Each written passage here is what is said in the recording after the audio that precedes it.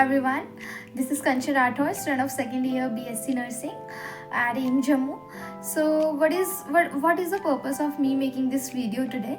Because in last video many of you had commented कि in last 3 months how should we prepare to crack the BSc Nursing exam, and apart from that, since I had said कि I also had cleared MNS exam, MNS which is again for nursing in Army Hospital. So I had cracked that exam and I was allotted Command Hospital Lucknow last year in August. So many of you had asked ki how to crack that exam as well. What is the pattern of CBT in MNS and how we can prepare in that way so that we also get one of the Army hospitals, because Army की तो vibe भी अलग होती है ना यार.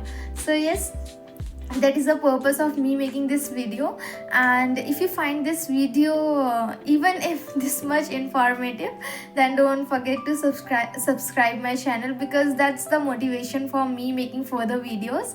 And I hope so let's get started. First of all, I'll talk about the MNS.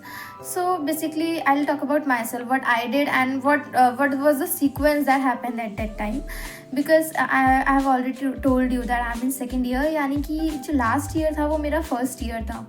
So जो first year में हम जुलाई में यहाँ पे आ चुके थे, लास्ट ऑफ द जुलाई में, एंड 1 अगस्त से हमारे यहाँ पे एक न्यू एकेडमिक सेशन स्टार्ट हो चुका था.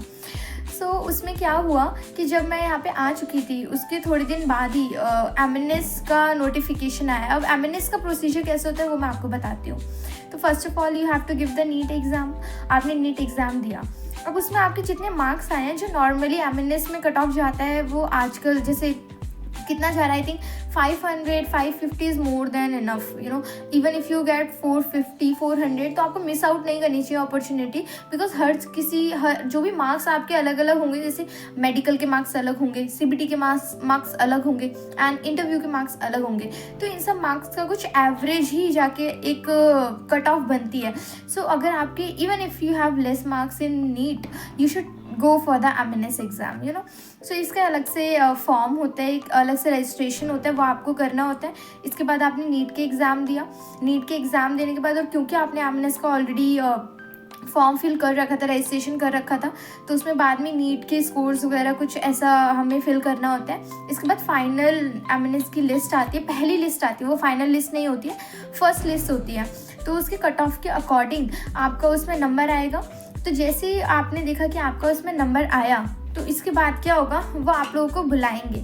तो मेरे को इतना अच्छे से याद नहीं. आई थिंक मैं सितंबर में गई थी या अगस्त में. आई थिंक मुझे लगता है मैं सितंबर में गई थी अपने एग्ज़ाम के लिए, जो कि वहाँ पे इंटरव्यू और फिजिकल मेडिकल एग्जामिनेशन जो भी होता है वहाँ पे. सो बेसिकली ये कहाँ पे होते हैं, दिल्ली के आर्मी हॉस्पिटल में होता है. ये जो दिल्ली कैंट एरिया में है आर्मी हॉस्पिटल, वहाँ पे ये सारा आपका टेस्ट वगैरह जो भी है वो सब will take place there only. So अब मैं वहाँ पे गई थी. 3 से 5 दिन का प्रोसीजर होता है वहाँ पे. सबसे फर्स्ट डे पे क्या होगा, अब ऐसा नहीं होता कि एक दिन पे आपको CBT कराएंगे तो दूसरे दिन पे आपका मेडिकल चेकअप होगा.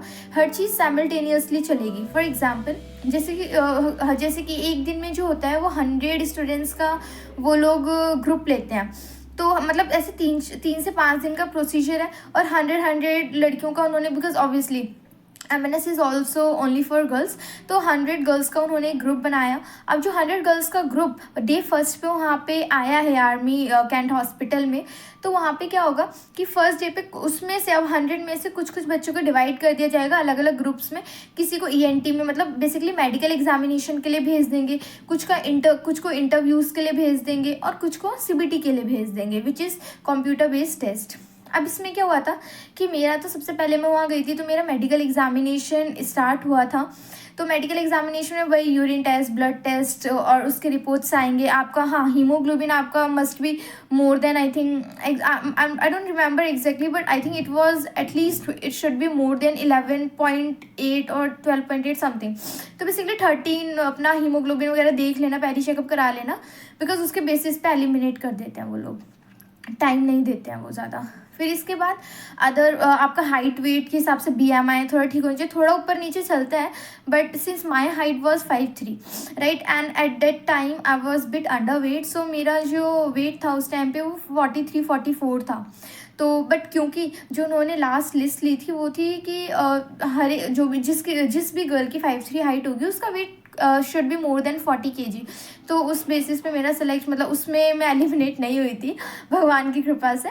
सो वो पास हो गया था। फिर आपका ENT वगैरह में चेकअप होगा whether you have any kind of auditory disorder, और फिर आपके आईज वगैरह का टेस्ट होगा, मतलब बेसिकली अल्ट्रासाउंड वगैरह एवरीथिंग वाज डन। और फिर इसके बाद मेडिकल एग्जामिनेशन में, और वो आपको ये भी कहेंगे कि आपको कुछ खा के नहीं आना है, समझ रहे हैं आप, और आपको कुछ लेके भी नहीं जाने देंगे वो अंदर except for your lunch and pen में भी और water bottle.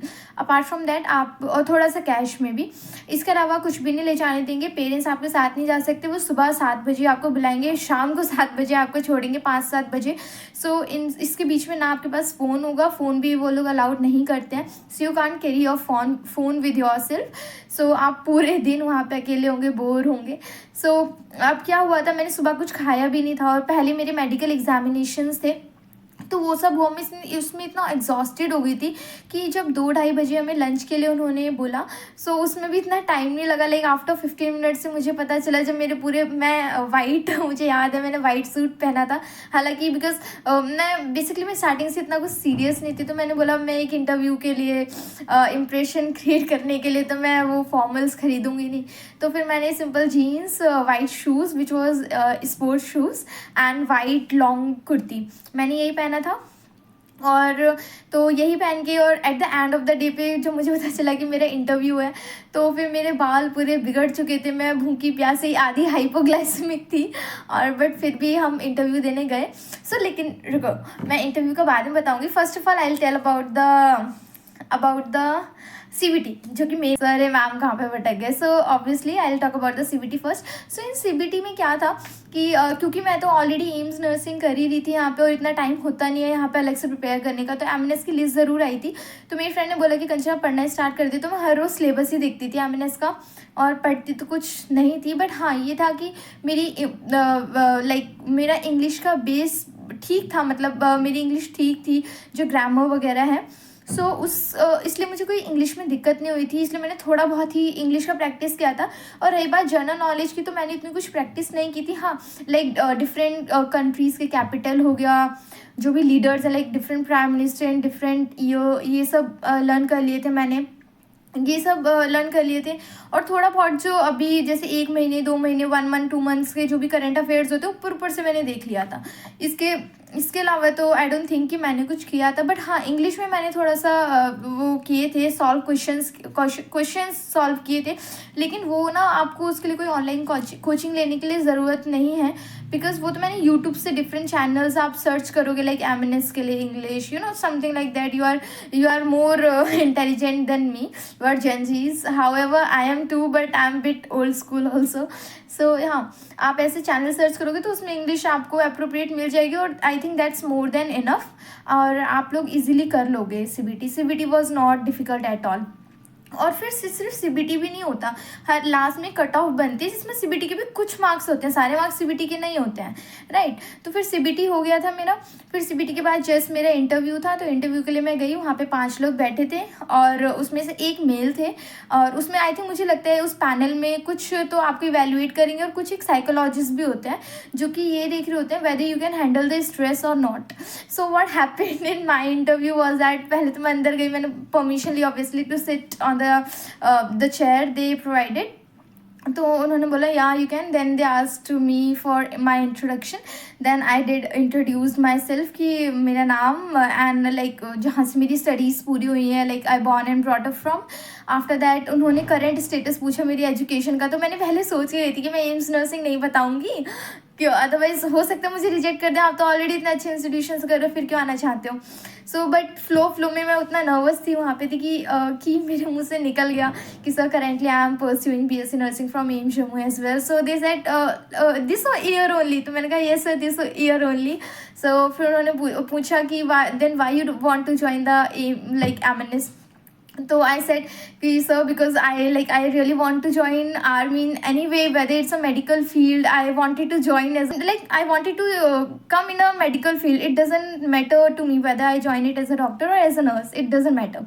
So they said okay. Then next question they asked me about my strength and about my weakness. तो यार देखो, अगर तुम पहले से प्रिपेयर करके जा सकते हो तो कर लेना इस क्वेश्चन को, बिकॉज ये मोस्ट आस्क्ड क्वेश्चन है. बट मैंने, because I have already told you कि मैं इतनी सीरियस थी नहीं, बिकॉज मेरा ऑलरेडी यहाँ हो चुका था. तो होता है ना बंदा कि एक जगह तो है ही सेटल, नहीं हुआ तो नहीं हुआ, क्या हो गया. सो वो उस एटीट्यूड के साथ में वहाँ गई थी. तो they asked this question to me and I was completely blank. तो मैंने उसी टाइम पे एट अ टाइम बोला था, मैंने उन्हें बोला था कि मेरी जो आई हैव अ स्ट्रेंथ, जो मेरी स्ट्रेंथ है वो ये है कि I can interact with different kind of people without getting nervous, and I like to interact with different kind of people.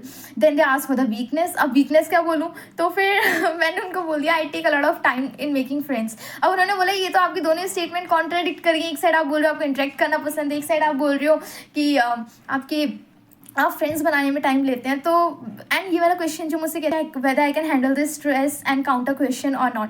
So on answering that question, so what I had answer that कि sir हाँ, there is a difference between making friends and just talking to somebody. Sir I like to interact with different people, but within the boundaries, in a professional way, just like we talk to the patient. They are not our families, but yes, we talk them, we treat to them just like our family members. So in that way I love to interact with different people. But if I want to include someone into my life, then I take time. So in that they said okay. Then another question which they had asked me कि ठीक है, now tell us about your hobby. तो अब hobby तो मैं बचपन से ही बोलती आई हूँ, हालांकि मेरे अंदर है नहीं, but obviously I don't have another one, so I always stick to this one. So I said कि yes, I like to do public speaking, मुझे पसंद है, और गाने सुनना मुझे पसंद है. So and yeah, my medium of interview was English. तो वो पहले पूछ लेंगे, तो मैंने वही बोला था. तो फिर उन्होंने पूछा कि what kind of public speaking. तो अब मैं थोड़ा नर्वस थी. मैंने बोला अब जन जन का ये है ये नारा, वही मैंने बोल दिया था जो बहुत फेमस टॉपिक. तो मैंने बोला sir like women empowerment. And then they counter question on that only. Okay, according to what is women empowerment. और व्हाट शुड आई टेल यार, like I was very nervous at that time. So मैंने क्या कहा, मैंने यही बोला कि sir ठीक है, so women empowerment is like when we fight for the equal rights for the women, and we fight for equal job opportunities and equal status in the society, that is a women empowerment. So then they said acha, this is the women empowerment. So I said yes sir, this is the women empowerment. Then they laughed and like yes sir, okay. Then they said okay go. मैंने बोला okay bye. मतलब obviously bye तो नहीं बोला था, but था मन में ऐसा था कि थैंक गॉड पीछा छूटा. तो वही सब मेरा इंटरव्यू कंप्लीट हो गया था. एंड फिर इसके बाद हमें नेक्स्ट डे दोबारा मेडिकल के लिए, एक दिन में पूरा मेडिकल एग्जामिनेशन कंप्लीट नहीं होता है, तो कुछ के लिए आपको कल बुलाएंगे, फिर कुछ के लिए परसों. तो बेसिकली 3 दिन तो जाना होता है. फिर क्या होता है कि at the end of the day आपको वहाँ पे पता नहीं चलेगा कि आपका नंबर आया कि नहीं आया, वापस आ जाएंगे. उसके बाद आपको जीमेल या ईमेल के थ्रू एक नोटिफिकेशन आएगा, ज्वाइनिंग लेटर आएगा, जो कि मेरे पास आया था, और एक कॉल आएगा अगर आप ज्वाइन नहीं करते हैं. तो अब क्योंकि ऑब्वियसली वहाँ पे बहुत स्ट्रिक्टनेस थी, जो कि मैंने इसी टाइम पे देख ली थी जब मेरा एग्जामिनेशन चल रहा था. मैं ऑलरेडी एम जम्मू में सेटल हो चुकी थी, तो और फिर मेरा उतना ज़्यादा मन भी नहीं था जाने का. बट ऐसा नहीं है कि आप में से कोई सोचे कि just because I didn't join it is not good. No, it was good. Army is always best. But yes, it's only about the medical field. तो मैं यहाँ पे मेडिकल फील्ड में रह के यहाँ पे भी लोगों की सेवा ही करनी है, सर्विस करनी है. और वहाँ पे भी हम उनकी सर्विस करेंगे जो देश की सर्विस करते हैं, देश की रक्षा करते हैं. So both are best in their ways. तो वो मेरा पर्सनल डिसीजन था ना ज्वाइन करने का, but you can go forward to it. Right, so this was all about the MNS, and I have already told about the CBT, how you should be preparing for. Focus on English, don't need to take a lot of headache about the journal current affairs, because वो deal करना बहुत मुश्किल होता है, उसको आप जितना पढ़ोगे उतना कम है. राइट, और MNS में इतना कुछ खास इतना आएगा भी नहीं, थोड़ा बहुत आएगा, आप उतना कर लेना. मैंने तो ऐसे किया था, इंग्लिश पे ज़्यादा फोकस था मेरा. सो इंग्लिश मैंने थोड़ा बहुत किया, तो मेरा बेस थोड़ा इंग्लिश का ठीक ही था, तो इतना मैंने लोड लिया नहीं था already. So I hope this video was bit informative to you. अब मैंने बहुत ज़्यादा पका दिया, आई थिंक बोर कर दिया आपको, but still if you like this video, subscribe it, like it. Bye bye. I have exam like from next week, and just because of you, for you all, I'm shooting this video, but it's okay. Sometimes just helping others is a lot more important than just doing something for ourselves,